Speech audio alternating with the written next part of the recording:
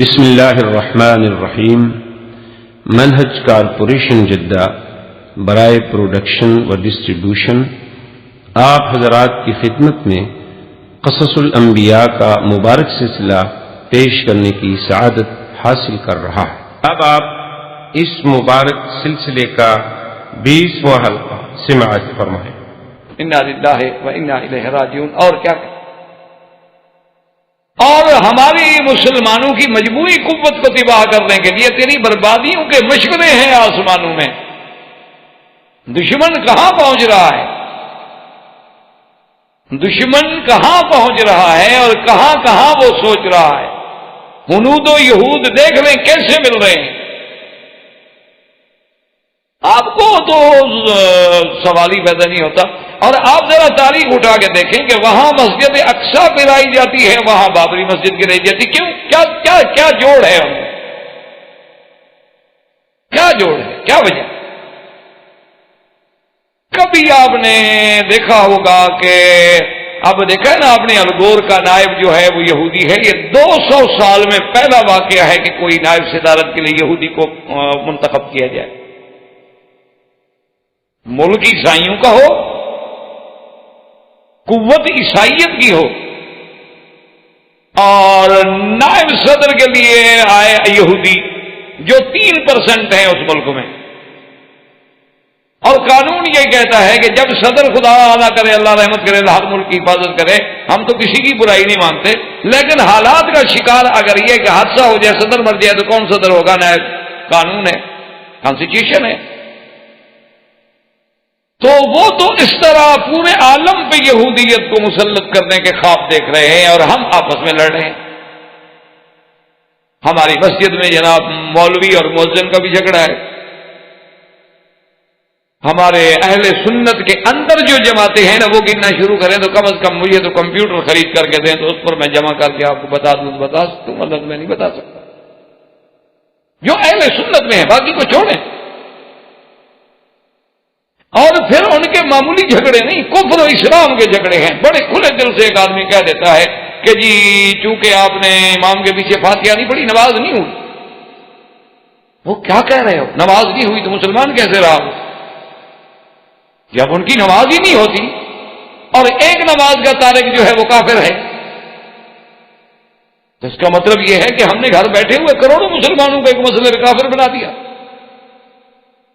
یہ کوئی معمولی سی بات ہے، ایک لفظ کہہ دو بس اتنا سا کہ جی بس نماز ہی نہیں ہوتی۔ خدا کے بندے سوچ کرو، سوچو کہ 50 ہجری سے یہ بات ہے، صحابہ کے زمانے سے یہ بات آ رہی ہے، تو اس دور میں بھی جو لوگ اس پہ عمل کرنے والے تھے ان کی بھی نماز نہیں ہوتی تھی۔ آپ ضرور کہیں ابھی فاتحہ پڑھو، ہمیں تو کوئی تکلیف نہیں، ہم تو نہیں بگڑتے، ہم تو ناراض نہیں ہوتے، چشمے ماروشن دل ماشاء۔ اب امام احمد بن حنبل رحمۃ اللہ علیہ فرماتے ہیں کہ جہری میں نہ پڑھو اور سری میں پڑھو۔ اہلاً و سہلاً، تحقیق ہے، امام وقت ہے۔ امام ابو حنیفہ رحمۃ اللہ علیہ فرماتے ہیں کہ جب مقتدی ہے بس قراءۃ الامام لہ قراءۃ، ان کے پاس بھی ایک حدیث رسول ہے، تو ایک لفظ میں تو نہ میں کروڑوں آدمیوں کو اسلام سے نکال دوں، یعنی اسلام میں ہم لے آ تو ایک بندے کو بھی نہ سکیں، اور نکالتے ہوئے ہم کروڑوں کو نکال دیں 1 منٹ میں۔ کتنے ہمارے جتنا مولوی ہم یہاں درس دیتے ہیں، کتنے لوگوں کو ہم نے مسلمان کیا ہے، کتنے ہندوؤں نے ہمارے ہاتھ پہ کلمہ پڑھا ہے، کتنے یہودی مسلمان ہوئے ہیں، کتنے نصرانیوں کو ہم نے دین سکھایا ہے، کتنے غیر مسلموں کو ہم اسلام کی طرف مائل کر سکیں۔ یہ بڑے دکھ کی باتیں ہیں، جب آدمی کا بات چھٹتی ہے نا تو کیا کریں، تنہا داغ داغ شد پمبا کجا کجا ہم، کہ اتنے زخم ہیں کہ کہاں کہاں ہم مرہم رکھیں اور کہاں کہاں پٹی باندھ۔ یہ دکھ ہے، مجبوری زبان سے باتیں نکل جاتی ہیں جو ہم خود کرنا بھی نہیں چاہتے۔ تو اس لیے ہمیشہ یاد رکھیں کہ اہل کا لفظ جو ہے اصل اس کا استعمال ہی زوجہ کے لیے، آل بیت بیویوں کے لیے ہوتا ہے۔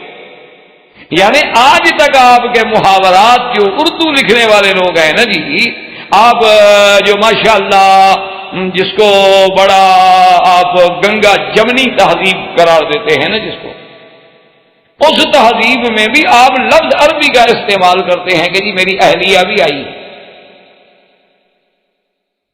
یعنی آج تک یہ، حالانکہ اردو زبان ہے، آپ کے ہاں اردو ہے، تلگو ہے، آپ کے ہاں ہندی ہے، آپ کے ہاں سنسکرت ہے، آپ کے ہاں گرمکھی ہے، بڑی زبانیں ہیں آپ کے ہاں، لیکن وہاں بھی جب کوئی مسلمان کسی کو خط لکھے گا تو صاحب یہ کیا آپ کو لکھا بھی اہلیہ محترمہ کو بھی میری طرف سے سلام عرض کر. تو لفظ اہلیہ یعنی ہمارے محاورات میں بھی بیوی کے لیے استعمال ہوتا ہے. تو اب دیکھیں کہ حضرت موسیٰ علیہ السلام کے ساتھ ماں سوائے بیوی کے تو کوئی ہے ہی نہیں. اور قرآن کیا کہہ رہا ہے کہ آپ نے کیا فرمایا؟ قال لأہلہم کثوا، آپ نے اپنے اہل سے کہا. مراد یہ ہے کہ اہل بیت جو ہے وہ ازواج ہوتے ہیں. اولاد تو پھر بعد کی چیز ہے، پہلے بیوی آئے گی تو بچہ پیدا ہوگا.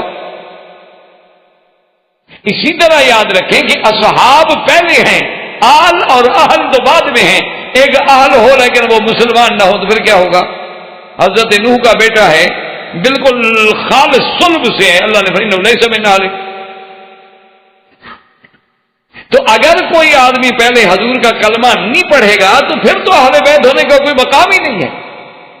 کلمہ جب پڑھیں گے تو آپ صحابی بنیں گے، صحابی کے بعد چونکہ قرابت داری تھی تو آپ اہل بیت بھی ہیں. اصل مقام تو وہ ہے حضور کے ہاتھ میں بیعت کرنا اور اسلام لانا، ورنہ حضور کے کتنے رشتہ دار ہیں جو اسلام نہیں لے آئے.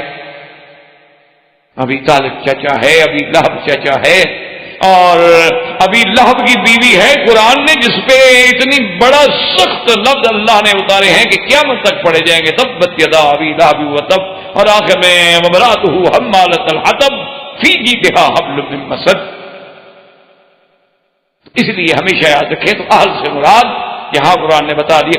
اور اسی طرح دوسرے مقام اسر باہلک، اللہ نے لوط علیہ السلام کو حکم دیا کہ اپنے اہل کو یعنی بیوی اور بچیوں کو لے کے نکل جاؤ، تو وہاں بھی اہل میں سب سے پہلے بیوی شامل.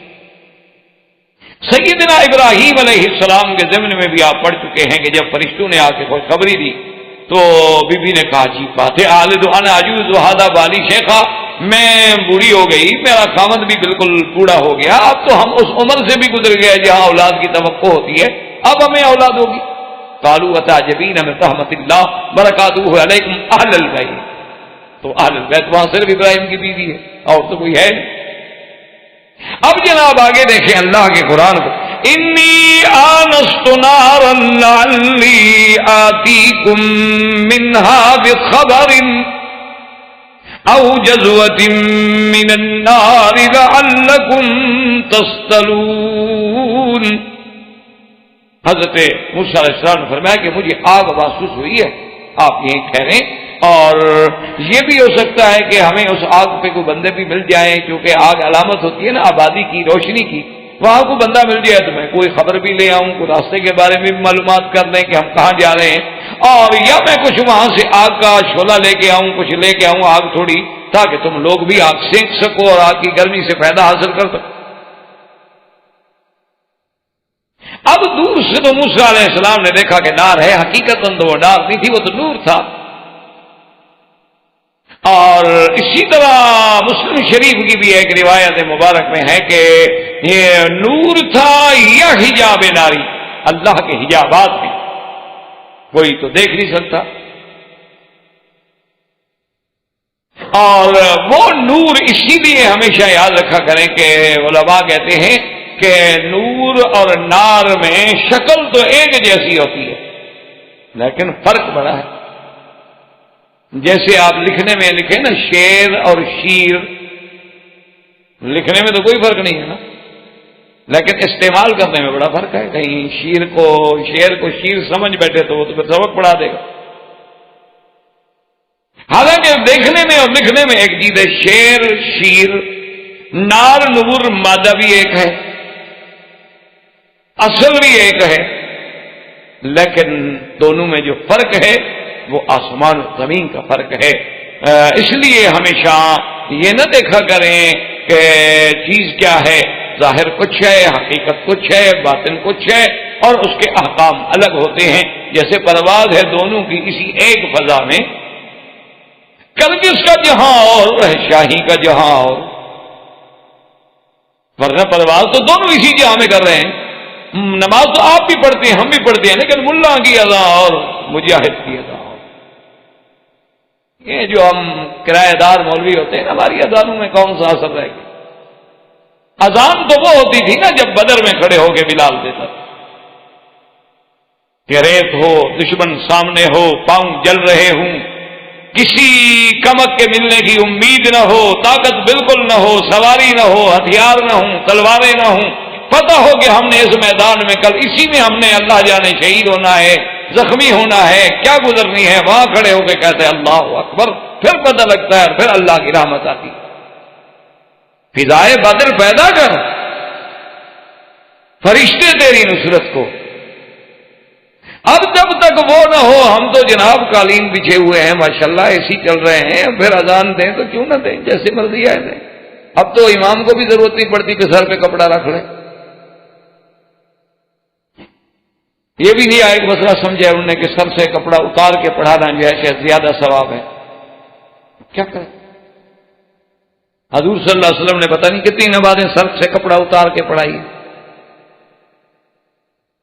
جب دین کو خود سمجھو گے نا حضرت تو پھر اسے یہی حال ہوگا. مربع بغیر مربی کے کبھی نہیں بنتا.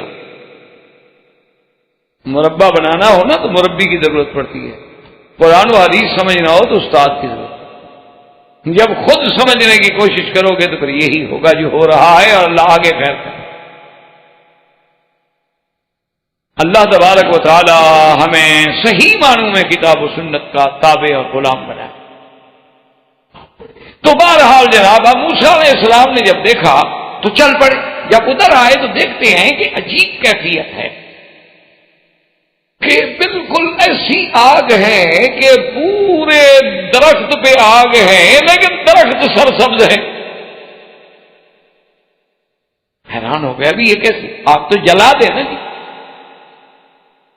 آگ تو بھڑکتی ہی تب ہے جب کسی چیز کو، درخت کو، لکڑیوں کو جلا ڈالے گی تو اور زیادہ بھڑکے گی. یہ کیسی آگ ہے کہ بالکل آگ بھی بہت تیز ہے، روشنی بھی بڑی تیز ہے، لیکن جو قریب جاتے ہیں اور نظر پڑتی ہے تو درخت میں تو کچھ نہیں، درخت اسی طرح سرسبز ہے، اس کی سبزی میں بھی اور اضافہ ہوتا جا رہا. جب اس طرف آپ تشریف لے گئے فلما آتاها نودي من شاطئ الوادي الأيمن في البقعة المباركة من الشجرة أن يا موسى إني أنا الله رب العالمين. آپ جب آئے جناب، یعنی آپ مستقبل القبلہ تھے اور آپ کے یمین پہ وہ وادی مبارک تھی. اچھا یہاں قرآن پاک نے چونکہ قاعدہ ہے جیسے آپ پڑھ چکے ہیں کہ قرآن مقدس جو ہے اس کا ایک اسلوب ہے، انداز ہے کہ القرآن یفسر بعضہ بعضا. ایک جگہ اختصار ہوگا، دوسری جگہ اس کی تفصیل بیان کر دیں گے. دوسری جگہ قرآن پاک یہ کہتا ہے کہ جب موسیٰ علیہ السلام وادی مبارک میں آئے تو پہلا حکم ہوا فَخْلَعْنَ عَلَيْكَ إِنَّكَ بِالْوَادِ الْمُقَدَّسِ طُوًى. سب سے پہلا حکم یہ ہوا کہ موسیٰ علیہ السلام تم ایک وادی مبارکہ، یہاں بقعۃ، یہاں قرآن نے اس آیت میں کہا فی البقعۃ المبارکہ، وہاں پر میں بالوادی المقدس. تو معنی یہ ہوا وہ اتنی حرمت والی، برکت والی، تقدیس والی وادی ہے. اللہ نے حکم دیا موسیٰ علیہ السلام جوتا اتار دے فَخْلَعْنَ عَلَيْكَ. اب خود اندازہ کریں کہ ایک وادی مقدس میں نبی جائے تو اللہ حکم دے جوتا اتار دو اور تم جہاں چاہے جوتا پہن کے آ جاؤ. کیا کرے آدمی؟ کون کون سا مسئلہ سمجھائے، کس مسئلے کو روئے. کہتے ہیں جی بالکل مسجد میں جوتا جائز ہے. ہاں جی بالکل جائز ہے، ہم بھی مانتے ہیں جائز ہے. کون کہتا ہے نہ جائز ہے؟ حدیث میں حضور پاک نے خود جوتا پہن کے نماز پڑھی ہے.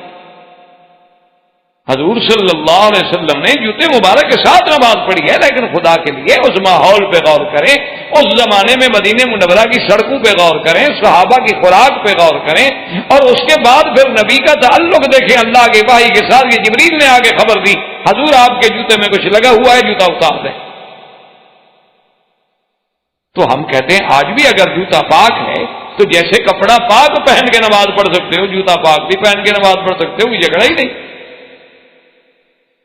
کوئی اختلاف ہی نہیں۔ لیکن خدا کے لیے بات کو سمجھو تو صحیح نا، آخر یہ کہاں لکھا ہوا ہے کہ تمہارا جوتا ربڑ کا ہو اور 1 کلو پانی اندر ہضم کر لیتا ہو وہ پہن کے مسجد میں آ جاؤ؟ یہ کس کتاب میں لکھا ہوا ہے؟ اس لیے خدا کے بندے، بات یہ ہے کہ اگر کپڑا پلید ہے تو کپڑا پہننا بھی تو نماز میں جائز نہیں۔ چادر پلید ہے، پاجامہ پلید ہے، شلوار پلید ہے تو وہ بھی تو جائز نہیں نا۔ اگر پاک ہے تو جائز ہے، اور جوتا تمہارا پاک ہے، تم نے مسجد کے لیے نماز کے لیے بنایا ہے، اہلاً و سہلاً، بالکل لاکھ دفعہ پہنو، کوئی بات نہیں۔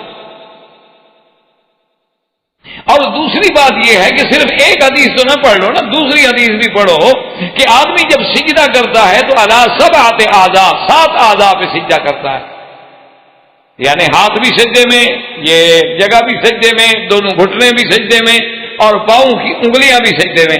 اب اگر جوتا ایسا ہو کہ انگلیاں سیدھی ہو ہی نہ سکیں تو پھر کیا کریں گے آپ؟ ان کا بھی تو سیدھا ہونا ضروری ہونا۔ لیکن جو انہوں نے، اچھا دوسری ہماری برادری ہے ماشاءاللہ، وہ جو سبحان اللہ اہل سنت کہلانے والی، انہوں نے بھی خوب سمجھا ہے۔ انہوں نے کہا جناب دیکھو کہ موسیٰ علیہ السلام کو تو وادی مقدس میں جوتا اتارنے کا حکم مل گیا، لیکن ہمارے نبی کی شان ایسی ہے، اللہ نے فرمایا کہ محمد مدنی آپ جوتے کے ساتھ عرش پہ آ جائیں۔ وہ جناب یوں سمجھے کہ حضور جب معراج پہ گئے تو اللہ نے فرمایا کہ میرا محبوب آپ کے لیے کیا ہے، آپ تو بالکل اپنے جوڑے کے ساتھ آ جائیں نا، عرش وہ اللہ پہ آپ آ جائیں۔ وہ ظالم ہو، پہلے تو اللہ کا نبی عرش پہ گئے ہی نہیں، وہ خدا کا خوف کرو۔ معراج میں یہ کہاں لکھا ہوا ہے کہ حضور صلی اللہ علیہ وسلم عرش پہ بھی تشریف لے گئے؟ جب عرش پہ جانا ہی ثابت نہیں ہے تو پھر جوتے کا کیا معنی؟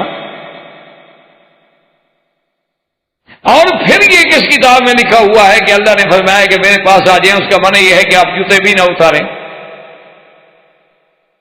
کچھ ایسے تو نہیں کہ محبت میں آ کے خود دین کو بڑھا دیں، تاکہ پھر جناب یہ ہے کہ اگر دشمن یہ کہہ دے، مثلا ٹھیک ہے جی ہم تو ادب میں خاموش ہو جائیں گے، اگر کوئی مخالف یہ کہہ دے کہ جناب آپ ہمیں ثابت کریں کہ حضور صلی اللہ علیہ وسلم جوتا مبارک پہن کے عرش پہ گئے تھے، کون سی قرآن کی آیت ہے یا کون سی حدیث صحیح ہے، تو کیا جواب دیں گے؟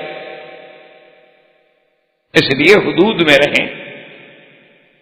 حضور کا بڑا مقام ہے، معراج معنی ہی عروج کا ہے کہ یہ معراج کسی نبی کو بھی نصیب نہیں ہوا، کسی پیغمبر کو نصیب نہیں ہوا، لیکن اس میں آپ اپنی طرف سے ایسی باتیں تو شامل نہ کریں کہ پھر ہم دشمن کو جواب بھی نہ دے سکیں۔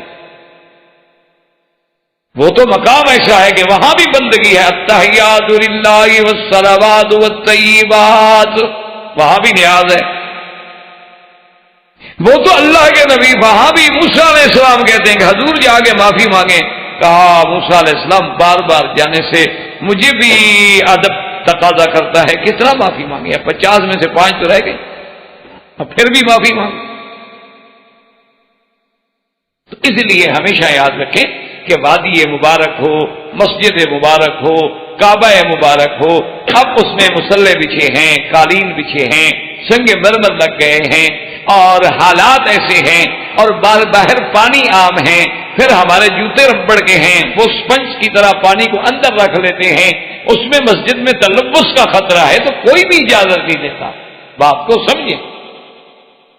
ہاں اگر آپ نے دیکھا نہیں ہے بعض لوگ باقاعدہ جوتے بنا لیتے ہیں، بہار میں دھوپ میں طواف کرنا ہے، بار بار ماشاء پہن لیتے ہیں، کوئی اعتراض نہیں، اگر جوتا پاک ہے تو اہلاً و سہلاً، کوئی اعتراض نہیں، حدیث میں جب ثابت ہے تو آمنا و صدقنا۔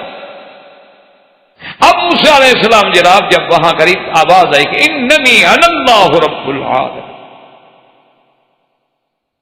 کہ موسیٰ علیہ السلام میں رب العالمین بات کر رہا ہوں، تو روایات میں آتا ہے کہ موسیٰ علیہ السلام کی زبان مبارک سے جو نکلا تو یہی نکلا کہ لبئی لبئی لبئی، حاضر یا اللہ، حاضر یا میں تو تیرا ایک بندہ۔ اب یہاں قرآن پاک کہتا ہے کہ وَأَنَّ القِ عصاک، یہاں اختصار ہے، سورۃ طٰہٰ میں ہے وما تلک بیمینک یا موسیٰ قال ہی عصائی اتوکأ علیہا وأهش بها على غنمي ولي فيها مآرب أخرى۔ وہاں یہ ہے کہ جب موسیٰ علیہ السلام آ گئے اس وادی مبارک میں شجرہ مبارک کے پاس اور اللہ نے کلام فرمایا، اور یاد رکھو یہ پہلا شرف ہے جو موسیٰ علیہ السلام کو ملا ہے کہ اللہ نے بغیر کسی واسطے کے کلام فرمایا، درمیان میں کوئی فرشتہ نہیں، خود کلام ہو رہا ہے۔ اب موسیٰ علیہ السلام سے حکم ہوا، سوال ہوا کہ وما تلک بیمینک یا موسیٰ، موسیٰ علیہ السلام تمہارے ہاتھ میں کیا ہے؟ اللہ تو جانتے ہیں، لیکن موسیٰ علیہ السلام کو اس مقام کیفیت سے بھی نکالنا ہے، وہ تو ابھی جناب جن کے اللہ جس کے ساتھ کلام کرے تو موسیٰ علیہ السلام کا کیا حال ہو۔ اور دوسری بات یہ ہے کہ تنبہ بھی ہو جائے، جب یاد دلایا جائے، آدمی کہا جائے نا کہ آپ جانتے ہیں کہ آپ کے ہاتھ میں جی کیا ہے، تاکہ وہ جاگے سوچے تیقن ہو جائے۔ تو حضرت موسیٰ علیہ السلام نے عرض کیا کہ مولا کریم ہے عصا ہی، عصا ہے، میرا عصا ہے، لکڑی ہے۔ اسی لیے جیسے آپ نے قصہ یوسف علیہ السلام پڑھا ہے، تو قصہ یوسف علیہ السلام میں جو عمود ہے نا جی، یعنی جو بنیاد ہے اور جس چیز کا یوں سمجھ لیں کہ بار بار تذکرہ ہے، وہ قمیص یوسف ہے۔ اور قصہ موسیٰ علیہ السلام نے اللہ نے جو ان کا ایک قصے کا عمود ہے وہ عصا موسیٰ علیہ السلام۔ اور بعض علماء نے تو یہاں تک لکھا ہے کہ یہ عصا بھی کوئی معمولی عصا نہیں تھا، بلکہ یہ حضرت آدم علیہ السلام کا عصا تھا، اور وہ حضرت شعیب تک پہنچا، اور حضرت شعیب نے حضرت موسیٰ علیہ السلام کو دیا، کیونکہ یہ چیزیں تو محفوظ رکھی جاتی ہیں، کوئی معمولی بات تو نہیں ہوتی نا کہ اللہ کے پیغمبر کا حضرت آدم علیہ السلام کا عصا ہو اور پھر وہ منتقل ہوتے ہوتے آپ کی اولاد میں نبی در نبی در نبی پہنچتے پہنچتے پھر حضرت موسیٰ علیہ السلام کے پاس پہنچے۔ اور بعض علماء فرماتے ہیں کہ نہیں، وہ مطلقاً عصا تھا۔ اور بعض روایات میں یہ بھی آیا ہے کہ جب آپ شعیب علیہ السلام کے گھر میں تھے تو انہوں نے گھر میں کافی لکڑیاں، کافی عصا رکھے ہوئے تھے، چونکہ پہلے دور میں تو انسان کی حفاظت کا ذریعہ لکڑی ہوتی تھی۔ یہ تو اب جناب ایسی ایجادات ہو رہی ہیں ہلاکت انسانیت کی کہ اللہ حفاظت میں رکھے۔ جو لوگ سب سے بڑے محافظ انسانیت ہیں، حقوق انسانیت کے چیمپئن ہیں نا، ہلاکت انسانی کی چیزیں بھی وہی بنا رہے ہیں۔ دیکھ لیں آپ کے کھانے کے دانت کیا ہیں اور دکھانے کے دانت کیا ہیں۔ ویسے حقوق انسانیت کے علم بتا، ایک کتے کو بھی تکلیف ہو جائے تو جناب پریس میڈیا چیخ پڑتا ہے، اور سب سے پہلے اس کاروبار کرنے والے لوگ ہیں، آسمانوں پہ بھی قبضہ کر رہے ہیں کہ جلدی سے دوسروں کو تباہ کر سکیں۔ کیسی قومیں ہیں، کیسے فراڈ ہیں، کیسے منافقت ہے، کتنے دوغلے ہیں، اور ہم مسلمان کتنے سادے ہیں کہ اسی عطار کے لونڈے سے دوا دیتے ہیں۔ ہم کتنے سادے ہیں، سبحان اللہ۔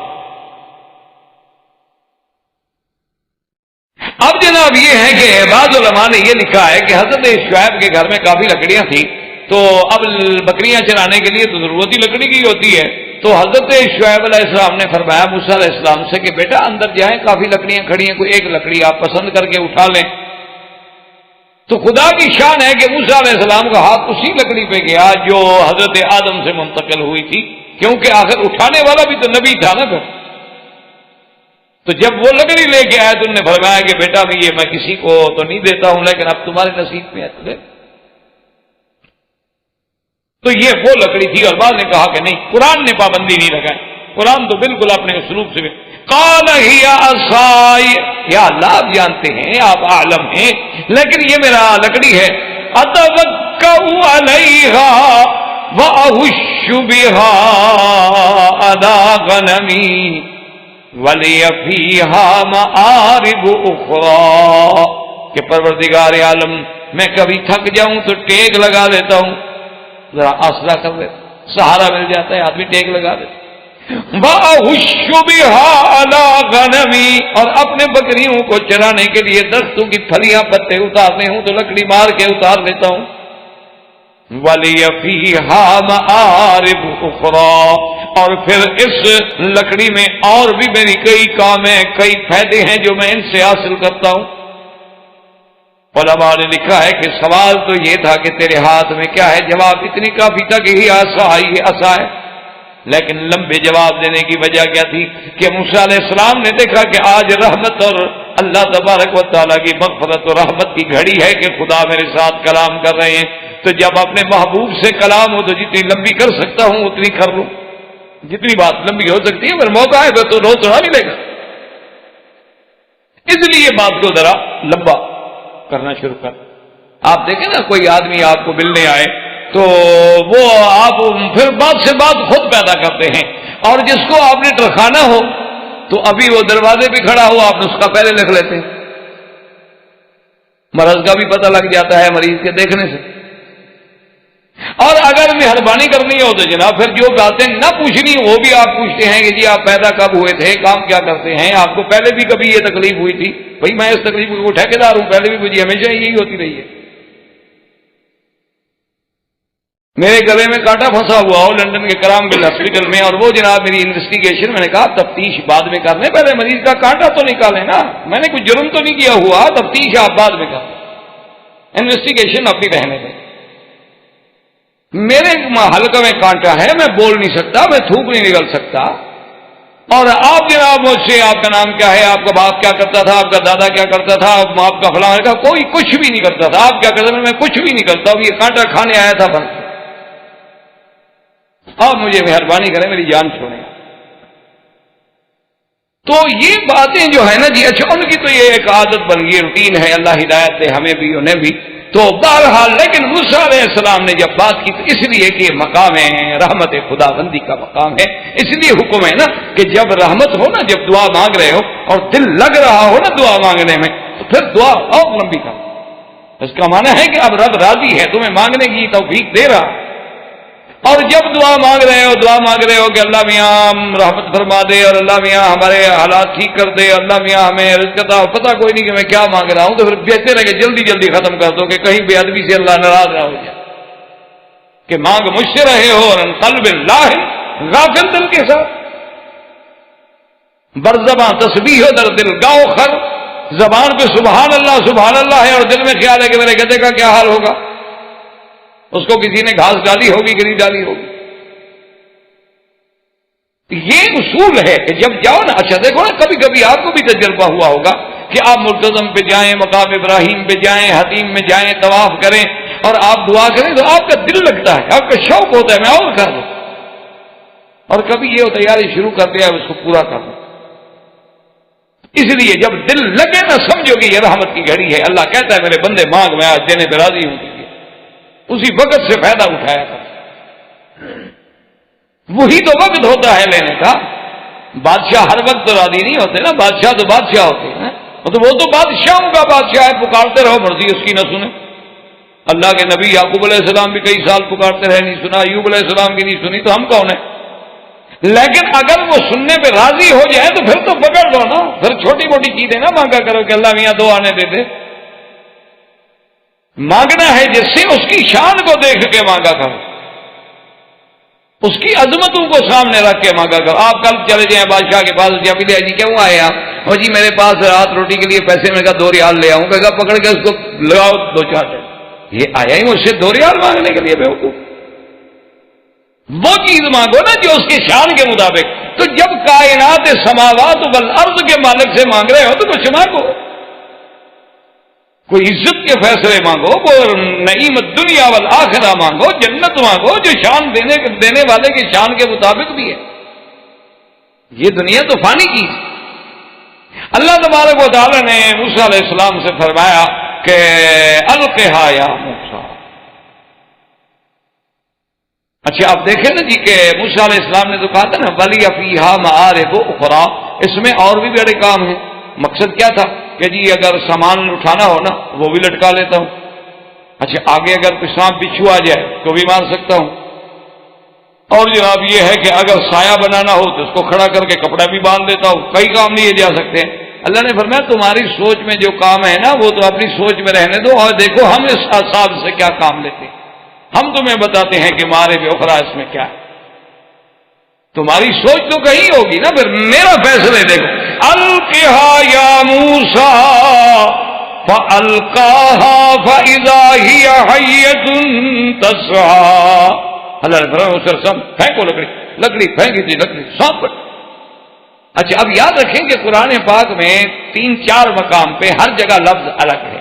یہاں ہے حیۃ تسعیٰ، اور ایک جگہ ہے جان، اور ایک جگہ ہے ثعبان مبین۔ قرآن میں 3 جگہ لفظ ہے، کأنہا جان بلا مدبرا، اور دوسری جگہ ہے فإذا ہی ثعبان مبین۔ اب یاد رکھو کہ ثعبان مبین جان نہیا تو فرق ہے بھئی، ایک اژدہا ہے ایک پتلا سا سانپ ہے، تو آخر قرآن نے ایک جگہ تو کہا کہ بہت بڑا، اور ایک جگہ کہا کہ بالکل پتلا، ایک جگہ کہا سریع الحرکہ جان۔ تو اس لیے علماء نے فرمایا کہ یہ تعارض نہیں ہے اللہ کے قرآن میں، تضاد نہیں ہے اللہ کے قرآن میں۔ جیسے دشمن کہہ دیتے ہیں دیکھو جی اگر خدا کا کلام ہے تو ایک جگہ تو آپ کا خدا کہتا ہے حیۃ، تو حیۃ اور چیز ہے، ایک جگہ کہتا ہے جان، تو جان اور چیز ہے، ایک جگہ کہتا ہے ثعبان، تو ثعبان اور چیز ہے۔ تو یہ اللہ کا کلام کیسے ہوا جس میں تعارض ہے؟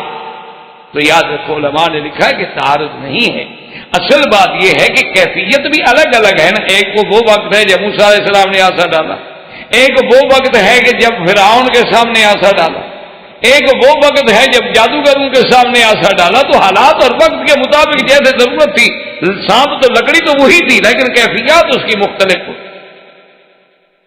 اور بعض علماء کرام نے لکھا ہے کہ چاہے وہ بڑا ہو لیکن خفت میں، حرکت میں ایسے تیز تھا جیسے پتلا ہو، یعنی ایک چیز بعض اوقات ایک موٹا سانپ ہے ہل نہیں سکتا، بڑا ہوتا ہے، لیکن بعض موٹا بھی ہے اور سریع الحرکت بھی ہے، اس میں یہ ساری صفتیں تھیں۔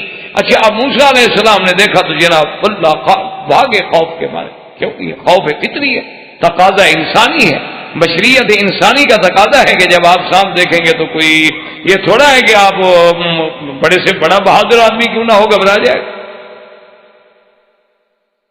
موسیٰ علیہ السلام جب بھاگے تو اللہ نے فرمایا موسیٰ علیہ السلام بالکل نہ گھبرائیں، جیسے یہاں قرآن کہتا ہے وَأَنْ أَلْقِ عَصَاكَ فَلَمَّا رَآهَا تَهْتَزُّ كَأَنَّهَا جَانٌّ وَلَّىٰ مُدْبِرًا وَلَمْ يُعَقِّبْ۔ کہ جب دیکھا نا سانپ حرکت کرنے والا تو ایسے دوڑے کہ پیچھے مڑ کے بھی نہیں دیکھا۔ اللہ کہتا ہے وَلَمْ يُعَقِّبْ، پیچھے بھی نہیں دیکھا کہ کیا ہے، بس دوڑ رہے کہ دیکھنے میں بھی وقت ضائع نہ ہو جائے، وہ آ جائے۔ تو اللہ پاک نے حکم فرمایا کہ یا موسیٰ اقبل ولا تخف انک من الآمنین۔ اللہ نے فرمایا موسیٰ علیہ السلام لوٹاؤ، ڈرو نہیں، بالکل نہ ڈرو، گھبراؤ نہیں، اور پکڑو سانپ کو، پکڑو۔ اچھا بعض روایات میں ہے کہ موسیٰ علیہ السلام نے پہلے تو کپڑا لپیٹا کہ کیسے پکڑوں، پھر اس کی دم سے پکڑوں، درمیان سے پکڑوں، یہ سب اسرائیلی روایات ہیں۔ جب اللہ نے کہا کہ پکڑ لو موسیٰ علیہ السلام پکڑ، اور جب پکڑ لیا تو پھر آسا بن گیا۔ اب کھڑے حیران یہ کیا ہو؟ ابھی اس پریشانی میں یعنی یہ حیرت جو تھی وہ ابھی دور نہیں ہوئی کہ اللہ نے فرمایا اسلک یدک فی جیبک، اسلک یدک فی جیبک تخرج بیضاء من غیر سوء۔ اللہ نے فرمایا موسیٰ علیہ السلام اپنے ہاتھ کو اپنے دامن میں ڈالو۔ جیب کا معنی ایک تو یہ ہوتا ہے جیب، اور ایک یہ بھی جیب، وہ چیز جو کٹی ہوئی ہے نا اس پر جیب کا اطلاق ہوتا ہے کہ اپنے دامن میں ڈال کے ایسے ہاتھ کو بند اور پھر باہر نکالو۔ تو اب جناب موسیٰ علیہ السلام نے جب ہاتھ ڈالا اور باہر نکالا تو اللہ کی شان یہ ہے کہ وہ ہاتھ ایسے تھا جیسے چاند کی کرنیں اور شعائیں نکل رہی ہوں، اللہ فرماتا ہے من غیر سوء، یہ نہیں کوئی بیماری ہو گئی، کوئی برس ہو گیا، کوئی سفیدی ہو گئی، داغ ہو گیا، نہ وہ تو نور تھا اللہ تبارک و تعالی نے۔ اچھا خدا کی شان دیکھیں کہ دونوں معجزوں کا تعلق جو ہے وہ ہاتھ سے ہے، لکڑی بھی ہاتھ میں پکڑی ہوئی تھی، اسی کو اللہ نے سانپ بنا دیا، اور اسی ہاتھ کو اللہ تبارک و تعالی نے روشن بھی فرما دیا کہ جب آپ اچھا پھر دوبارہ ڈالیں گے تو اپنی اصلی حالت پہ آ جائے گا۔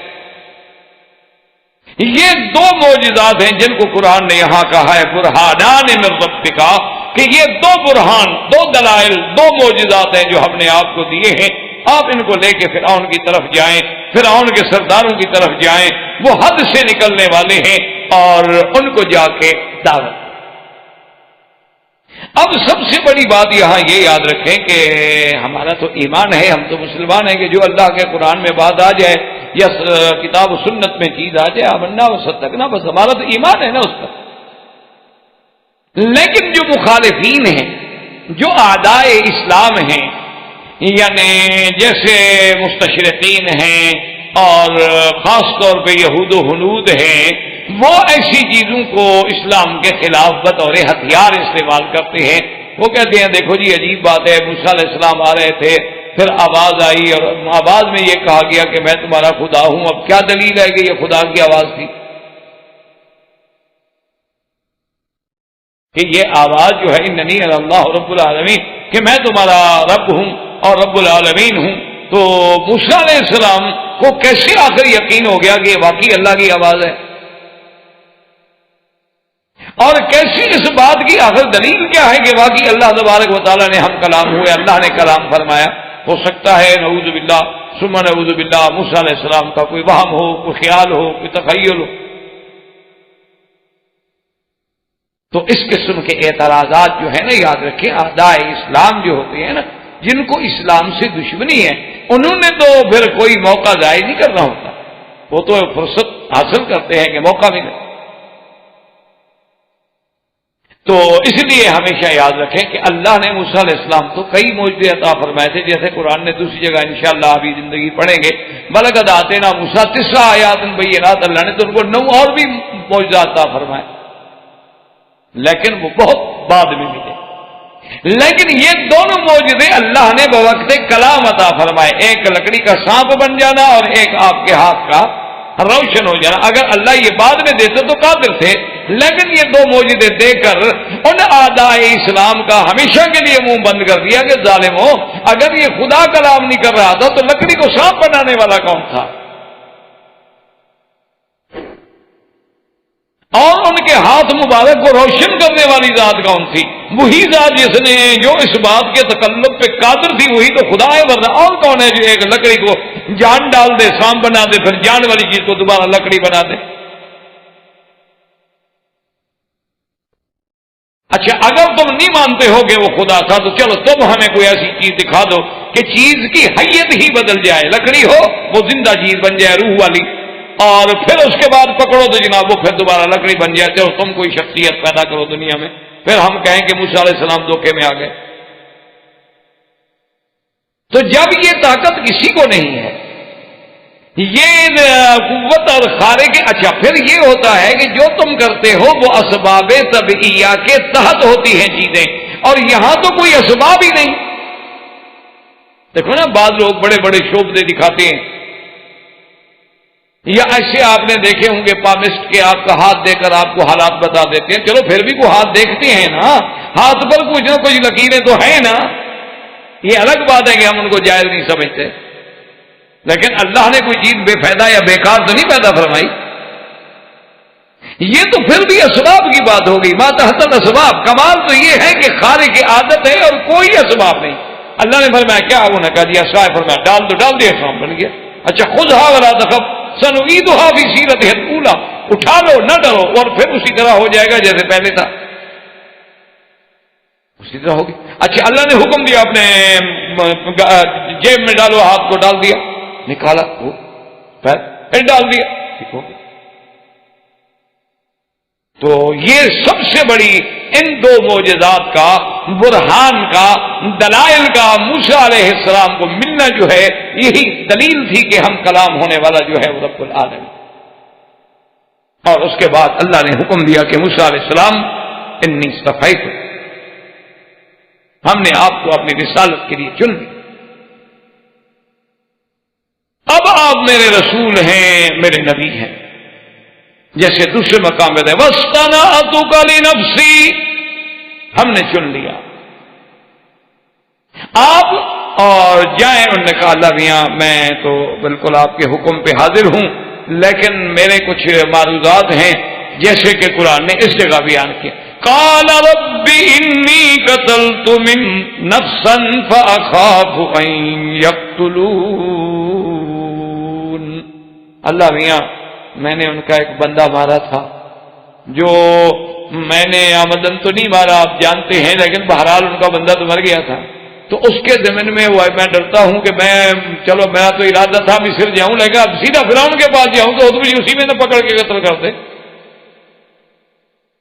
اور دوسری بات یہ ہے میرا اللہ کہ میری زبان جو ہے وہ اتنی فصیح نہیں ہے، کیونکہ وہ لکنت آ گئی تھی نا انگارہ رکھنے سے۔ وَأَخِي هَارُونُ هُوَ أَفْصَحُ مِنِّي لِسَانًا فَأَرْسِلْهُ مَعِيَ رِدْ أَن يُصَدِّقُنِي إِنِّي أَخَافُ أَن يُكَذِّبُونِ۔ اور میرا اللہ آپ جانتے ہیں کہ میرا بھائی جو ہے حضرت ہارون علیہ السلام بڑا فصیح اللسان ہے، خطیب ہے، اور کوئی تو ہو میری تصدیق کرنے والا، میں ڈرتا ہوں وہ تو مجھے جھوٹا کہیں گے، تم کیسے نبی بن گئے۔ اللہ تبارک و تعالیٰ نے موسیٰ علیہ السلام کی یہ دعا بھی منظور فرما دی۔ اللہ نے فرمایا اچھا ہم نے آپ کے بھائی کو بھی نبوت عطا فرمائی، اس لیے قرآن دوسری جگہ فرماتا ہے اذهبا الى فرعون انه طغى فقولا له قولا لينا لعله يتذكر او يخشى۔ اللہ نے فرمایا کہ تم دونوں جاؤ فرعون کے پاس اور جا کے اس کو بات کریں، لیکن دیکھیں میرے مولا کی شان، اللہ فرماتے ہیں اللہ جانتے ہیں کہ فرعون مسلمان نہیں ہوگا، یہ بھی اللہ جانتے، اللہ کے تو علم میں ہر چیز، لیکن ہدایات دیکھیں، تعلیم دیکھیں کہ نظام الگ چیز ہوتا ہے، علم الگ چیز۔ ایک ہے نظام کہ قانون بنا دیا گیا اس پہ عمل ہوگا، ایک ہے کہ وہ جانتے بھی ہیں، یہ الگ بات ہے۔ فرمایا کہ جائیں اور بات کریں تو بڑی نرم بات کریں، قولا لہ قولا لینا۔ تو اسی سے ذرا اندازہ کریں کہ جب آپ دین کی بات کریں، دعوت کی بات کریں، تبلیغ کی بات کریں، کسی کو دین کا مسئلہ سمجھائیں تو خدا کے لیے نرم بات کریں۔ ادعو الی سبیل ربک بالحکمت والموعظۃ الحسنہ، بگڑ نہ جائیں، سخت بات نہ کریں، طنز نہ کریں، تنقید نہ کریں، محبت کے ساتھ دعوت دیں، اسی میں تاثیر ہوتی ہے۔ اس لیے اللہ نے فرمایا کہ قول لینا، حالانکہ دیکھو وہ فرعون ہے، کافر ہے، ربکم الاعلی کا دعویٰ کرنے والا ہے، اور جانے والے بھی نبی ہیں، لیکن اللہ فرماتے ہیں قول نرم سے بات کرو۔ تو موسیٰ علیہ السلام کو یہ حکم ملا، اور اس کے بعد موسیٰ علیہ السلام اللہ سے ہم کلام ہونے کے بعد پہلے تو مصر تشریف لائے اور پھر بھائی کو لے کر فرعون کے پاس دعوت کے لیے چلے۔ انشاءاللہ زندگی باقی تو بات باقی۔ وآخر دعوانا ان الحمدللہ رب العالمین۔ برادران اسلام، واجب الاحترام بزرگوں، دوستوں، بھائیوں، عزیز نوجوانوں،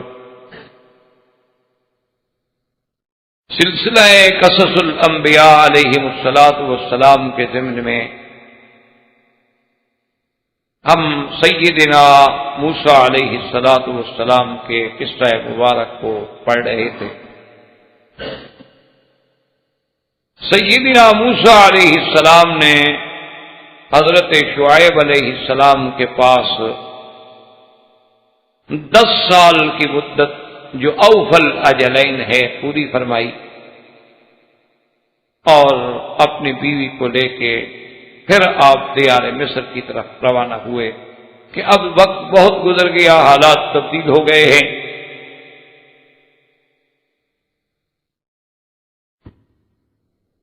تو سیدنا موسیٰ علیہ السلام جو ہیں راستے میں تھے، اور راستہ بھول جانے کی وجہ سے، سردی کی رات تھی، اندھیری رات تھی، بہت پریشانی کی بات تھی، آپ کو دور سے ایک روشنی ہے۔ آپ جب اس جگہ پہنچے تو اللہ تبارک و تعالی نے حکم فرمایا کہ فَخْلَعْ نَعْلَيْكَ إِنَّكَ بِالْوَادِ الْمُقَدَّسِ طُوَىٰ، کہ موسیٰ علیہ السلام اپنے جوتے اتار دو، ایک وادی مقدس۔ اور اللہ تبارک و تعالی نے موسیٰ علیہ السلام کو شرف کلام بخشا، اور یہ شرف کلام جو ہے یہ خصوصی شرف، بات کو سمجھ لیں، کیونکہ اللہ تبارک و تعالی نے ایک قانون بنایا ہے، قدرت کا ایک نظام ہے، ایک اصول ہے کہ کسی بندے سے اللہ تبارک و تعالی اگر بات فرمائیں گے تو وحی بھیجیں گے، یا اللہ تبارک و تعالی جو ہے اپنا قاصد بھیج دیں گے، فرشتہ بھیج دیں گے، یا اس کے دل میں بات ڈال دی جائے گی، یا جو اللہ کے حجابات ہیں ان حجابات سے، یعنی حجابات کے بعد بات ہوگی، حجابات کو دور نہیں کیا جائے۔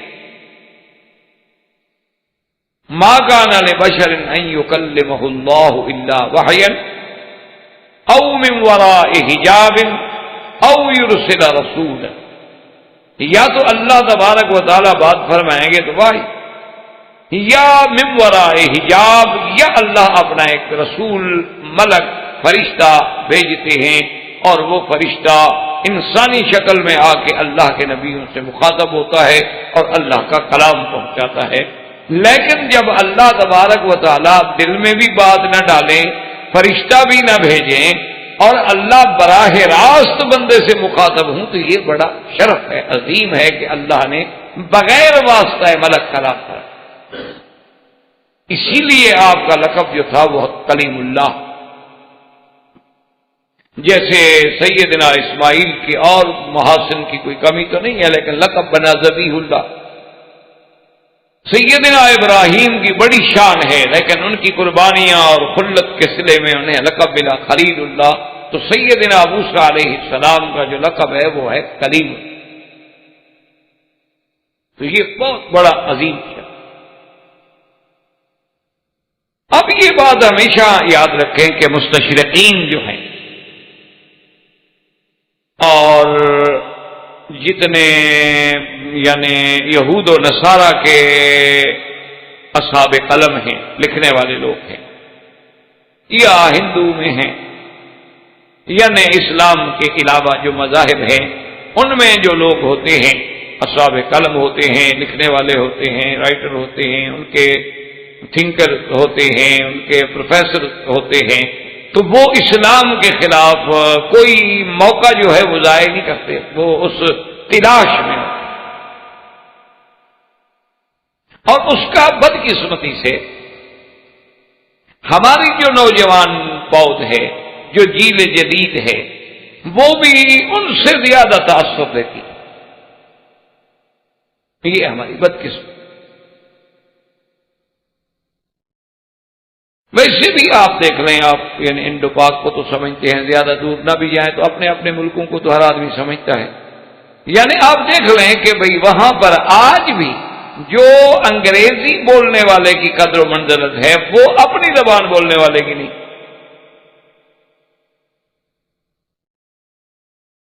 یعنی بڑے سے بڑا ادیب ہوگا آپ کے ملک میں، اور بڑے سے بڑے اس نے شاہ پارے لکھے ہوں گے، لیکن اس کو کوئی اہمیت نہیں دے گا۔ لیکن انگریزی کا کوئی پروفیسر ہوگا تو پوری یونیورسٹی میں اس کا اٹھنا بیٹھنا اس کا نام ہوگا۔ اور دشمن کی تخطیط ایسی ہے کہ ذریعہ تعلیم اس نے پورے ان ملکوں میں جہاں جہاں اس نے تسلط اپنا قائم کیا، جہاں جہاں استعمار پہنچا، اس نے سب سے بڑا جو چالاکی کی وہ یہ ہے کہ ذریعہ تعلیم جو ہے وہ انگریزی رکھا۔ پوری ملک کے نظم و نسق کو چلانے کے لیے ایڈمنسٹریشن جو ہے اس کا جو طریقہ کار ہے وہ انگریزی میں رکھا۔ جو ان کے پولیس ایکٹ ہیں، پبلک لا ہیں اور پرسنل لاز ہیں، اور جناب آپ کے کورٹوں کا نظام ہے وہی لارڈ میکالے کا انگریزی میں۔ یعنی آپ کی عدالتیں آپ کے ملک کی ہیں، لیکن آج بھی وکلا انگریزی میں بحث کریں گے، جج انگریزی میں فیصلہ لکھیں گے۔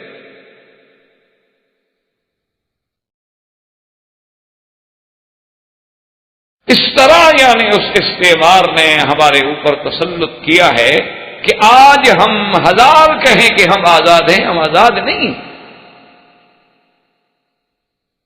آج ہم بڑے دھڑلے سے کہتے ہیں ہمارے ملک آزاد ہے، غلط بات۔ جب تک آدمی فکری طور پر آزاد نہ ہو، جب تک آدمی روحانی طور پر آزاد نہ ہو، وہ آزاد نہیں کہلاتا۔ ایک گھر علیحدہ بنا لو تو کیا آزاد ہو گئے؟ گھر علیحدہ بنانے سے تو آزادیاں نہیں ملتی۔ تو یہ ہماری دراصل بنیادی بدقسمتی ہے، ورنہ اور بھی ملک ہیں۔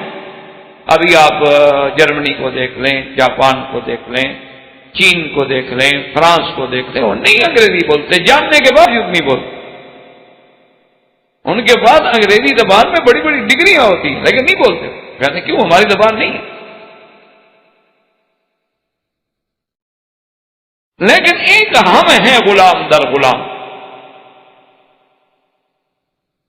کبھی ہم پہ کفر نے، انگریز نے سرداری کی، کبھی ہندو نے سرداری کی، کبھی سکھوں نے سرداری کی، کبھی اپنوں نے سرداری کی۔ ہم ہر حال میں غلام ابن غلام ابن غلام رہے۔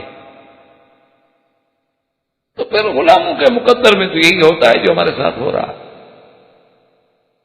تو اس لیے ہمارا جو جیل جدید ہے ان کو بھی بدقسمتی سے یعنی یہ دماغوں میں بیٹھ گیا ہے کہ وہ بھی ان کی کتابیں پڑھ کے تاثر لیتے ہیں۔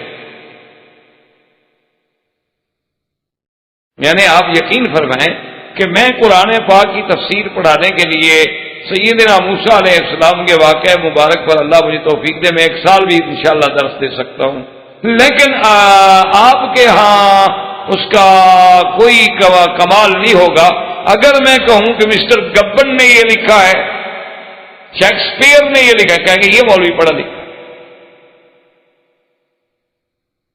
اب اس سے بڑی بدقسمتی کیا؟ یعنی جو اللہ کی زبان نہیں، جو رسول کی زبان نہیں، جو قرآن کی زبان نہیں، جو اسلام کی زبان نہیں، وہ اگر میں بات کر لوں ایک جملہ ٹوٹا پھوٹا بھی تو کہیں گے یہ اچھا پڑھا لکھا۔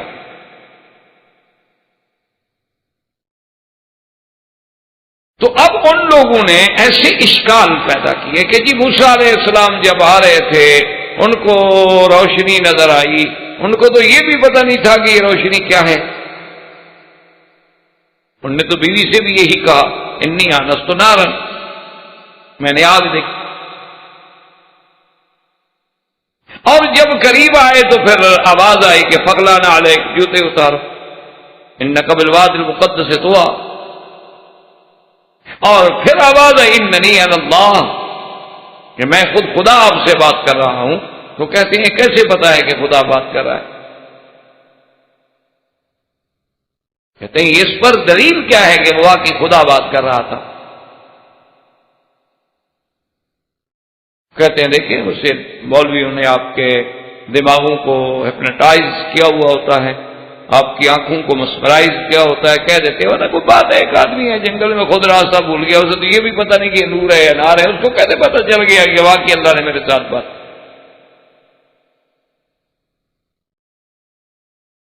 اور ہماری جیل جدید جب پڑھتی ہے، جب ہمارا نوجوان طبقہ پڑھتا ہے تو فطرتاً وہ اسلام سے اور قرآن سے بدظن ہوتا ہے۔ وہ کہتے ہیں اب ایک بات تو ٹھیک ہے نا، اگر موسیٰ علیہ السلام کو کیسے پتہ چلا کہ خدا ہے؟ دیکھو جی ہے تو لاجک نا۔ اب ایک مولوی جو میں کہہ دیتا ہوں، کیا مولوی کی بات مان لیں ہم؟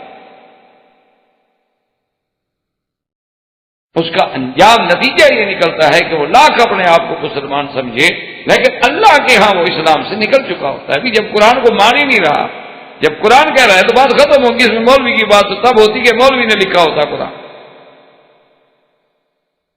تو اگر قرآن پہ ایمان ہے تو قرآن کہہ رہا ہے کہ اللہ فرماتے ہیں کہ میں نے کلام کیا، تو بات مسلمان کے لیے اتنی کافی۔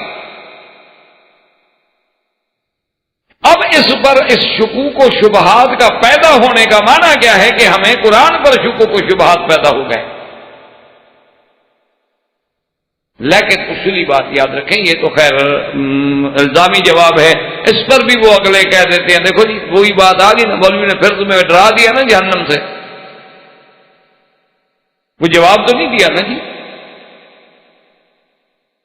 حالانکہ اگر تھوڑا سا غور کرتے تو بات موجود تھی کہ بھی آخر لکڑی کو سانپ میں کس نے بدل دیا؟ آخر موسیٰ علیہ السلام کے ید مبارک کو کتنا اتنا روشن کس نے بنا دیا اگر وہ خدا نہیں تھا، بات کرنے والا تھا؟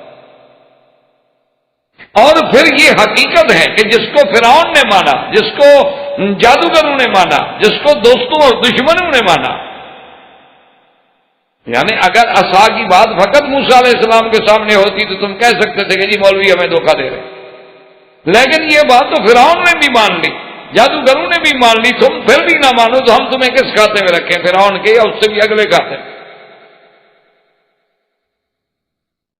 وہ تو کھلی دلیل ہے کہ ورنہ جنگل ہے، اکیلے موسیٰ علیہ السلام ہیں، وہاں آخر یہ معجزات جو دیے گئے اگر اللہ نے نہیں دیے تو کس نے دیے؟ آپ نے دیے۔ کیا آپ اتنی ترقی یافتہ قومیں ہونے کے بعد، چاند پہ ڈورے ڈالنے کے بعد آج ایک لکڑی کو ڈال کے سانپ بنا سکتے ہو، پھر اس کو اٹھاؤ تو لکڑی بن جائے؟ آپ کے اندر ایسی کوئی قوتیں ہیں؟ کیا آج آپ کے اندر ایسی بات ہے کہ انسانی ہاتھ ہو اور اس صرف بغل میں دے کے یوں کرے تو چاند سے زیادہ روشن ہو جائے، اور پھر یوں کرے تو پھر اپنی اصلی حالت پہ آ جائے؟ کر کے دکھا دو، ہم مان لیں گے کہ جی موسیٰ علیہ السلام کو بھی نعوذ باللہ دھوکہ ہوا۔ اور اگر یہ باتیں تم کرنے سے قاصر ہو، اچھا پھر یہ ہاتھ اور معجزہ 2 آدمی نے دیکھا ہوتا، 4 آدمی نے دیکھا ہوتا تو آپ اعتراض کر سکتے تھے کہ جی موسیٰ علیہ السلام کی پارٹی کی بات ہے۔ وہ تو موسیٰ علیہ السلام بطور چیلنج، بطور تحدی پورے دشمنوں کے سامنے کھڑے۔ تو اس لیے ہمیشہ یاد رکھیں کہ اللہ کے قرآن کی کسی بات کو آج تک دنیا میں نہ کوئی پیدا ہوا ہے اور نہ آئندہ پیدا ہوگا جو اس خبر کو غلط قرار دے سکے۔ ایک بات جو قرآن نے کہی ہو، آپ پوری دنیا زور لگا کے بتلا دیں گے جی وہ غلط ہے۔ مثلاً قرآن پاک نے فرمایا کہ قوم عاد کو ہم نے ہوا بھیج کر ہلاک کیا، آپ بتا دیں گے جی ہوا سے ہلاک نہیں ہوئے، کسی اور چیز سے ہلاک ہوئے، ثابت کریں۔ آپ اگر ہم سے دلائل مانگتے تو آپ ہمیں بھی تو دلیل سے بات کریں نا ہمارے ساتھ۔ اللہ فرماتے ہیں کہ ہم نے قوم اما سمود کو بتا گیا، ہم نے ان کو ایک ایسی اور ایک جگہ آتا ہے سیحا کہ جبریل علیہ السلام نے آواز لگائی اور سب مر گئے۔ تم کہتے ہو کہ نہیں مرے، کسی اور بلا سے مرے تھے، وہاں ہم نے ان کو کوئی دوائی کھلائی تھی، مر گئے تھے، تو آپ ثابت کریں۔ اللہ فرماتے ہیں کہ ہم نے قوم لوط کو جو مارا ہے تو جعلنا علیہا سافلہا، ہم نے ان کی بستیوں کو اٹھا لیا اور وہ جو ہے پھر الٹا کر دیا گیا، پھر اوپر سے پتھر برسائے گئے۔ اگر اس طرح نہیں مرے آپ ثابت کریں کہ نہیں جی قرآن کی خبر نعوذ باللہ غلط ہے۔ قرآن کہتا ہے کہ اصحاب فیل کو ہم نے حجارہ سے ختم کیا، آپ ثابت کریں کہ جی نہیں ختم کیا، ہاتھیوں کو ہم نے جا کے مارا تھا۔ کوئی بات تو ثابت کرے نا کہ قرآن نے جو خبر دی ہے، چاہے وہ زمانہ ماضی کے بارے میں، چاہے وہ زمانہ حال کے بارے میں، چاہے وہ اقوام و ملل کے بارے میں، چاہے وہ کسی پیشین کوئی کے بارے میں، ایک بات غلط ثابت کر۔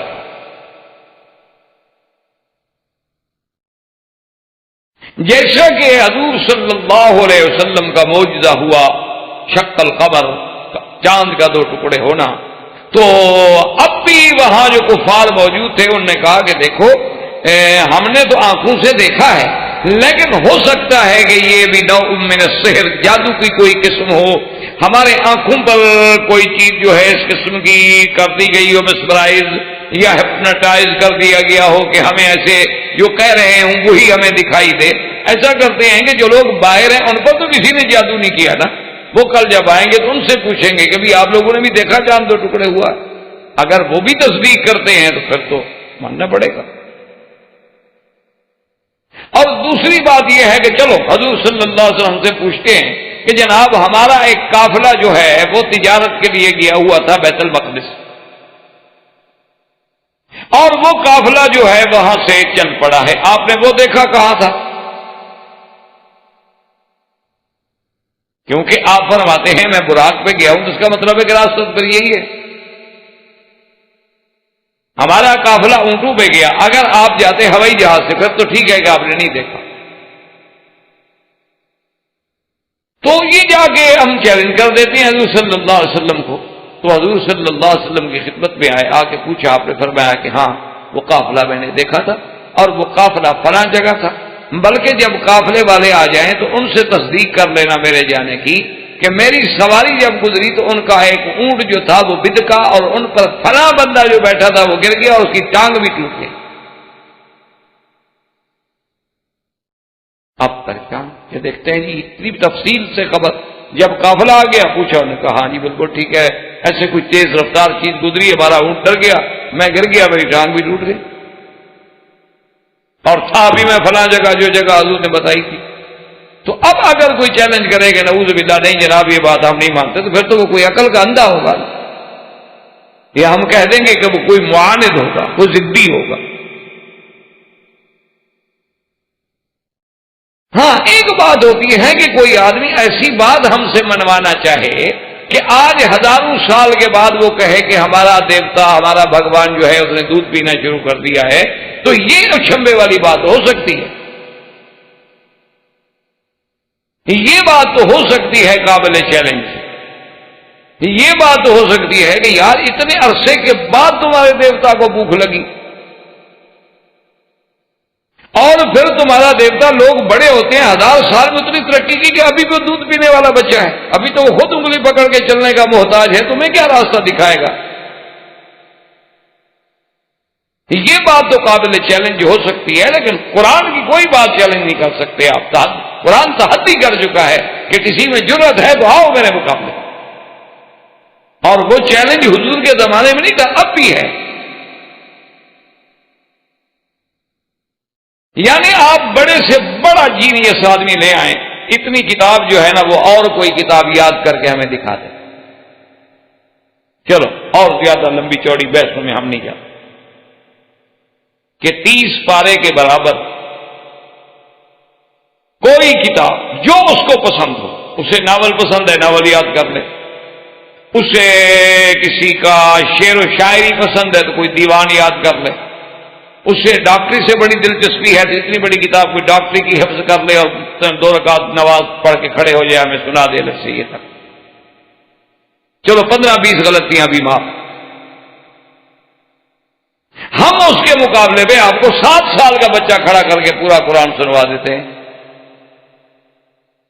اور وہ بچہ بھی عربی نہیں ہوگا، عجمی ہوگا، جس کی زبان بھی عربی نہیں، اور وہ غلطی نہیں بلکہ مد شد میں بھی غلطی نہیں کرتا.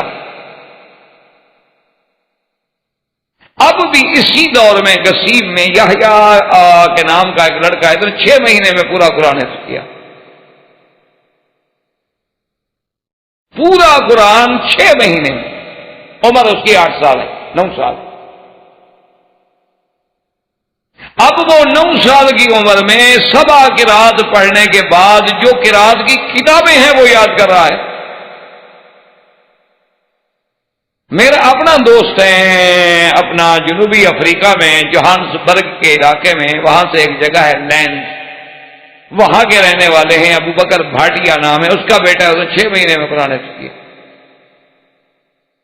تو آپ لائیں نا پھر قرآن کے مقابلے پہ کوئی آدمی جو یہ کہے کہ مجھے بائبل یاد ہے، کوئی یہ کہے کہ مجھے تورات یاد ہے، کوئی یہ کہے کہ جناب ہمارے جو دیوتاؤں پہ وید آئے تھے نا وہ ہمیں وید یاد ہیں.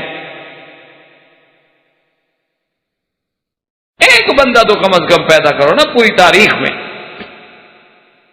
تو اس لیے ہمیشہ یاد رکھیں کہ یہ شبہات دشمن ڈالتے ہیں، ورنہ قرآن کی ہر بات اتنی واضح ہے، اتنی سچی ہے، اتنی حق ہے کہ ہمیں یہ تو شبہ ہو سکتا ہے کہ اب رات نہیں ہے، لیکن اللہ کے قرآن میں کوئی شبہ نہیں ہو سکتا. قرآن نے جو کہا ہے وہ حق. اس لیے موسیٰ علیہ السلام کے ساتھ جب کلام ہو گیا، اللہ نے 2 معجزے عطا فرمائے، ایک معجزہ عصا اور ایک ید بیضا، اور حکم دیا کہ آپ جائیں فرعون کے مقابلے میں اس کو دعوت. موسیٰ علیہ السلام نے عرض کیا کہ میرا اللہ، میرے بھائی کو بھی میری طاقت کے لیے، میری قوت کے لیے مہربانی فرما کے انہیں بھی آپ جو ہے مقام نبوت سے سرفراز اگر فرما دیں. اخی ہارون افصح منی لسانا، مجھ سے زیادہ بہتر بات کرنے والا. اللہ نے دعائیں منظور فرما لی۔ موسیٰ علیہ السلام اپنی بیوی بچے کو لے کے مصر آئے۔ ہارون علیہ السلام پہلے سے مصر میں تھے، آپ کے والدین جو ہیں وہ بھی مصر میں تھے، کیونکہ آپ تو بچپن میں چلے گئے تھے، وہاں فرعون کے ہاتھ میں آ گئے اور گھر سے چلے گئے، پھر 30 سال آپ نے وہاں گزارے تھے، تو آپ کو گھر والوں نے مل کے بڑی خوشی کا اظہار کیا۔ اس کے بعد حضرت ہارون کو لے کر فرعون کے مقابلے پر فرعون کے دربار میں پہنچے۔ اس وقت جو فرعون تھا وہ وہی رامیس الثانی۔ موسیٰ علیہ السلام کا آ کے مکالمہ ہوا۔ پہلے تو اس نے کوشش یہ کی کہ موسیٰ علیہ السلام کو ملنے کی اجازت بھی نہ ملے، تو بعض مفسرین نے کتب سابقہ کے حوالے سے یہ لکھا ہے کہ ان لوگوں نے منع کر دیا موسیٰ علیہ السلام کو ملنے سے، لیکن ایک دن موسیٰ علیہ السلام جو تھے ان کے کہنے کے بغیر اپنے بھائی کو لے کے گئے اور جا کے دربار میں پہنچ گئے، اور اللہ نے ایسی ہیبت ڈالی کہ کوئی روک نہیں۔ بہرحال جب گئے اور آپ نے موسیٰ علیہ السلام نے ان کو خطاب کیا، اللہ کی توحید کی دعوت دی، تو وہ بگڑ گیا۔ اس نے کہا کہ آپ کون؟ تو اب تو میرے گھر میں پلے، الحمد ربک فینا ولید، اور پھر آپ آج ہمیں چیلنج کرنے کے لیے آئے ہوئے ہیں، اور آپ نے ہمارا ایک بندہ مار دیا تھا قبطی۔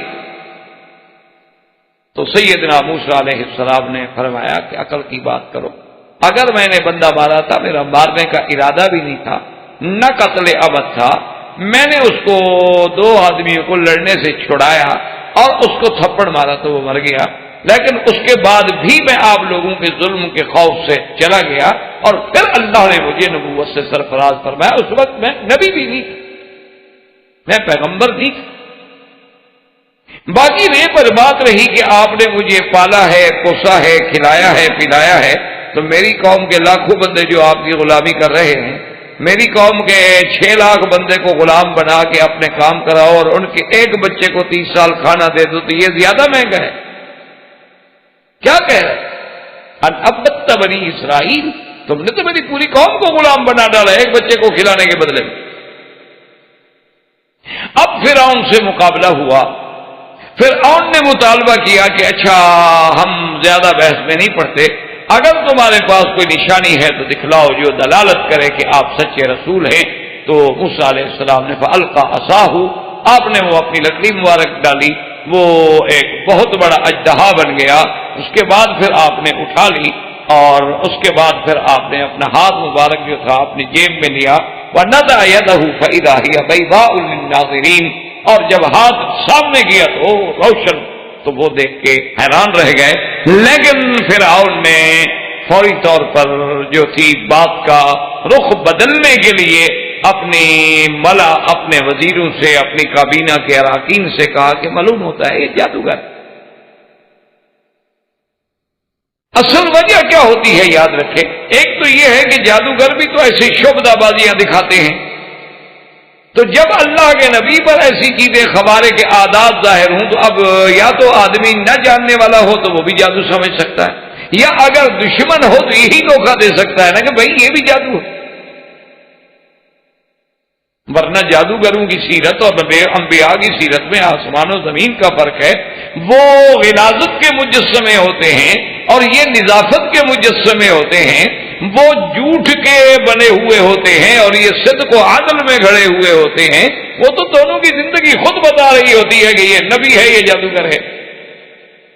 اب ایک 12 سال کے بچے سے بھی پوچھو مرزا غلام احمد قادیانی کے بارے میں، وہ آپ کو بتا دے گا کہ یار یہ نبی نہیں ہو سکتا۔ ایک آنکھ سے ایسا ہے، پھر ساری زندگی انگریزوں کا عرضی نویس رہا ہے، عدالت کے باہر بیٹھ کے درخواستیں لکھا کرتا تھا، یہ تو عام آدمی ہے، یہ کیسے نبی بن گیا؟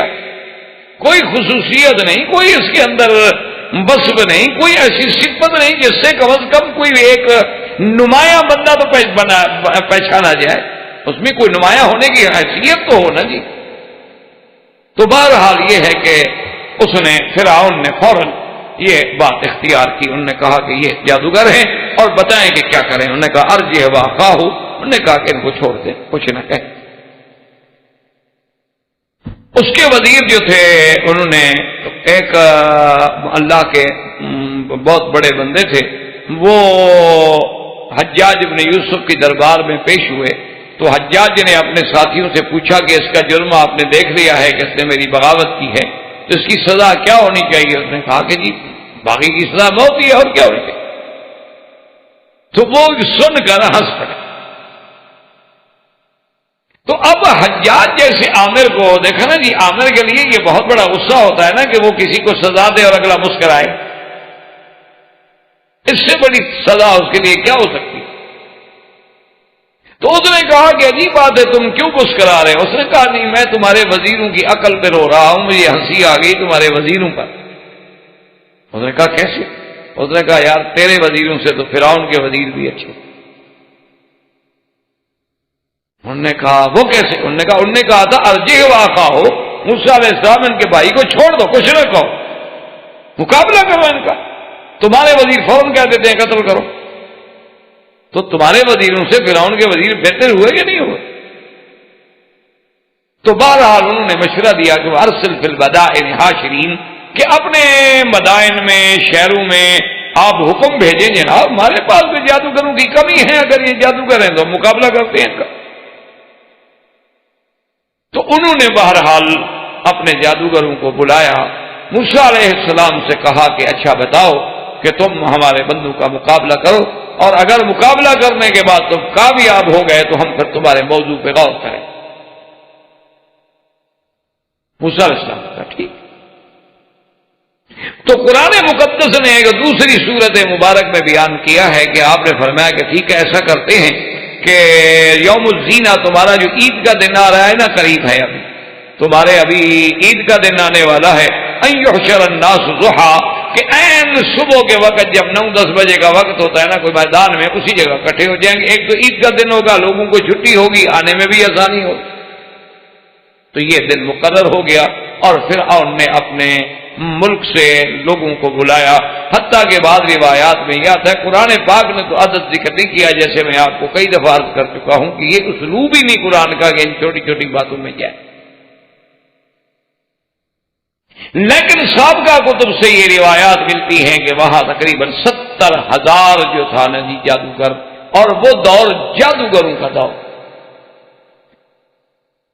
اسی لیے جادو جو ہے آج بھی سب سے زیادہ جادو جو ہے وہ یہودیت میں ہے، اور یہودیوں کے بعد سب سے زیادہ جادو جو ہے وہ ہندو میں ہے، اور ہندوؤں کی صحبت کی وجہ سے پھر اس کے اثرات بنگال میں بھی پہنچے، برما میں بھی پہنچے، اور وہاں سے پھر ہمارے پاس بنگالی مسلمان بھی اس کا شکار۔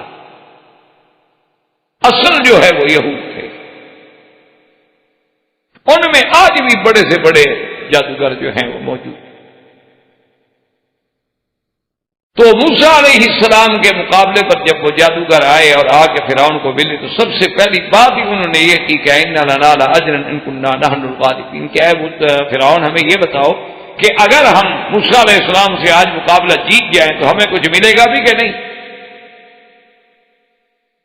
اسی لیے علماء نے لکھا ہے کہ جتنے باطل لوگ ہوتے ہیں، علماء سو ہوتے ہیں، جھوٹے مولوی اور جھوٹے پیر ہوتے ہیں، ان کی نظر فائدے پہ ہوتی ہے، پیسے پہ ہوتی ہے، ہدیے پہ، نذرانے پہ، کہ کیسے وصول ہو، کوئی طریقہ بنایا جائے۔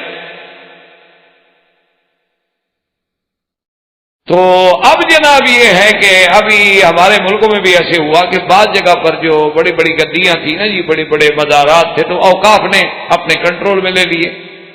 خیر اوقاف بھی سمجھدار ہے، جہاں آمدنی ہو اس کو قبضے میں لیتے ہیں، جہاں خرچ کرنا ہو اس کو نہیں چھیڑتے۔ دیکھتے ہیں نا بھی اس مزار پہ آمدنی ہے 50 لاکھ سال کی، خرچ ہے 10 لاکھ، اس کو قبضے میں لے لیتے ہیں، کوئی 40 لاکھ بچتا ہے۔ لیکن اگر ایک جگہ پر خرچ ہے 40 لاکھ اور آمدنی ہے 10 لاکھ تو 30 لاکھ گھر سے دینا پڑے گا، وہ کیوں نہیں؟ تو انہوں نے بہرحال بعض مزارات پہ کنٹرول کیا۔ تو اب جناب وہاں کے جو اصل وہ گدی نشین تھے، وہ سجادے تھے، جو ان کے پیر زادے تھے، جو پہلے سے کنٹرول پہ چلے آ رہے تھے، ان کے لیے تو مسئلہ پیدا ہو کہ ہم کیا کریں۔ وہ تو اوقاف نے صندوق رکھ دی، وہ جناب سیلڈ ہے کہ جو بھی مرید آئے جناب اس میں نظر نیاز ڈالے، وہ نکلے گی تو پھر اوقاف وہ وصول کرے گی، تو پیر صاحب کو کیا ملے؟ تو ان لوگوں نے جناب کمال ہوشیاری سے بہت سارے مقامات پر ایسے طریقے اختیار کیے کہ وہاں مزارات کے قریب میں اوپر سے جگہ بنا کے سوراخ کر کے نیچے اپنا پائپ لگا کے اپنے گھروں تک پہنچا دیا کہ جب آؤ سلام کرو تو نذرانہ اس میں ڈال دیا کرو، ہمارے گھر میں پہنچ جائے گا، تو صندوق میں نہ ڈالا۔ تو فن ہے لوٹنے کا، اللہ تبارک و تعالیٰ معاف فرمائے۔ تو بہرحال تو انہوں نے یہ لکھا ہے کہ علماء سو جو ہیں ان کی نظر یہ ہوتی ہے کہ مجھے ملے گا کیا، اور اللہ والے کی نظر یہ ہوتی ہے کہ میرا رب راضی۔ سنت انبیاء یہ ہوتی ہے کہ لا اسألکم علیہ اجرا، کہ بھئی میں تو آپ سے کچھ بھی نہیں مانگتا، میں تو رات مسجد میں گزاروں گا، میں تو کھانا بھی اپنا پکا کے کھاؤں گا، یار تمہیں پھر بھی دین کی بات کرتا ہوں تو بری لگتی ہے۔ ہم تم سے مانگ تو کچھ نہیں رہے، ہم آپ سے کیا لیتے؟ لا اسألکم علیہ اجرا۔ اسی طرح ایک دفعہ کچھ جماعت کے لوگ، مجھے ایک ذمہ دار آدمی نے بتایا، تبلیغی جماعت کے کچھ ساتھی، کچھ لوگ جو تھے اچھے ان کے بڑے لوگوں میں سے تھے، تو سابق ملک کے پی ایم سے پرائم منسٹر کے پاس ان کی ملاقات تھی۔ تو ملاقات کے دوران میں پرائم منسٹر نے کہا کہ حضرات آپ تشریف لائے ہیں اور مجھے پتا ہے آپ کے خدمات کا، جہود کا، آپ بتائیں مجھ سے کیا چاہتے ہیں، آپ بتائیں، آپ کو حکم کریں، آپ جو چاہتے ہیں میں کرنے کے لیے تیار۔ انہوں نے کہا جی آپ سوچ رہے ہیں؟ انہوں نے کہا بھی دیکھو میں خود کہہ رہا ہوں، آپ نے تو نہیں مطالبہ کیا نا، میں کہہ رہا ہوں کہ مانگو۔ انہوں نے کہا جی ہم صرف یہ مانگتے ہیں کہ آپ 3 دن کے لیے وقت لگا دیں بس، ہم اور کچھ نہیں۔ وہ حیران ہو، اچھا سنا ہے کہ اسے لگایا تھا، اللہ عالم میں نہیں جانتا، میں نے تو سنائی بات ہے۔ بہرحال اتنا تو مجھے پتا ہے کہ وہ اجتماعات میں جاتا رہا، لیکن کیا بھی وقت لگایا ہے نہیں لگایا، اللہ معاف کرے نہ ہمیں اسے مانا یہ ہے کہ جو اللہ والا ہے وہ یہ نہیں چاہتا کہ جی مجھے سڑک بنا دو، مجھے گھر دے دو، مجھے مکان دے دو، مجھے کوٹھی دے دو، مجھے بنگلہ دے دو، ہمیں مہربانی کر کے جناب ایک ہوائی جہاز خریدتے ہیں، ہمیں آسانی رہے گی تبلیغ کرنے میں۔ نہیں، انہوں نے کہا کہ جی آپ وقت لگائیں، آپ دین کے لیے ٹائم دے دیں، بس ہمیں کچھ نہیں چاہیے۔ تو یہ اہل حق کی پہچان، کیونکہ انبیاء نے قرآن میں باقاعدہ کہا ہے کہ لا اسألکم علیہ اجرا ان اجری الا علی رب العالمین، اور انہوں نے کیا کہا ان لنا لاجرا، کوئی ہمیں ملے گا کہ نہیں؟ پھر انہوں نے کہا عجیب بات کرتے ہو، کیسے نہیں ملے گا؟ صرف یہ تھوڑا ہے کہ میں تمہیں انعام دوں گا، انعام تو معمولی بات ہے، میں تو تمہیں اپنا جانشی، اپنا مقرب بنا لوں گا، میں تو تمہیں دربار میں عہدے دوں گا، منسٹریاں دوں گا، وزارتوں کے دروازے کھول دوں گا تمہارے لیے، آؤ تو صحیح۔ تو اب جناب وہ مقابلے پہ آئے اور موسیٰ علیہ السلام سے آ کے کہا کہ اما ان تلقی و اما ان نکون نحن الملقین، کہ کیا تم پہلے ڈالتے ہو اپنا جو دکھانا ہے یا ہم دکھائیں؟ موسیٰ علیہ السلام نے فرمایا کہ نہیں تم پہلے۔ اب انہوں نے جناب جو ہے وہ میدان میں رسیاں ڈالی، اور وہ رسیاں جو تھیں ایسے جیسے ان کو پتہ لگا تھا نا، کیونکہ ان کو بتایا گیا تھا نا کہ موسیٰ علیہ السلام بھی لاٹھی ڈالتے ہیں تو سانپ بنتا ہے، اسی لیے وہ ان کے مقابلے کا جادو بنا کے لائے تھے کہ رسیاں جو ڈالی تو ساری سانپوں سے بھر گئی، اور جدھر دیکھو سانپ ہی سانپ، سانپ دوڑے۔ بہرحال بعض علماء نے تو یہ لکھا ہے کہ یہ بھی شعبدہ تھا، جیسے کہ آپ نے دیکھا ہے نا جی بہت بڑے ہاتھ کی صفائی والے لوگ ہوتے ہیں تو وہ اپنے ہاتھوں میں آپ کے سامنے یعنی کرتے ہیں، حالانکہ بالکل ہوتی وہ ایک یعنی ہاتھ کی چالاکی ہے، لیکن آپ حیران ہو جاتے ہیں کہ ابھی پیسے تھے کدھر چلے گیا، چلیے ادھر چلے گیا، پھر کدھر گم ہو گیا، پھر کیسے نکل ہے۔ تو یہ ان کا حالانکہ ایکسرسائز ہے، کوئی علم نہیں ہے، یہ علم نہیں ہوتا، یہ تو ایک پریکٹس ہے۔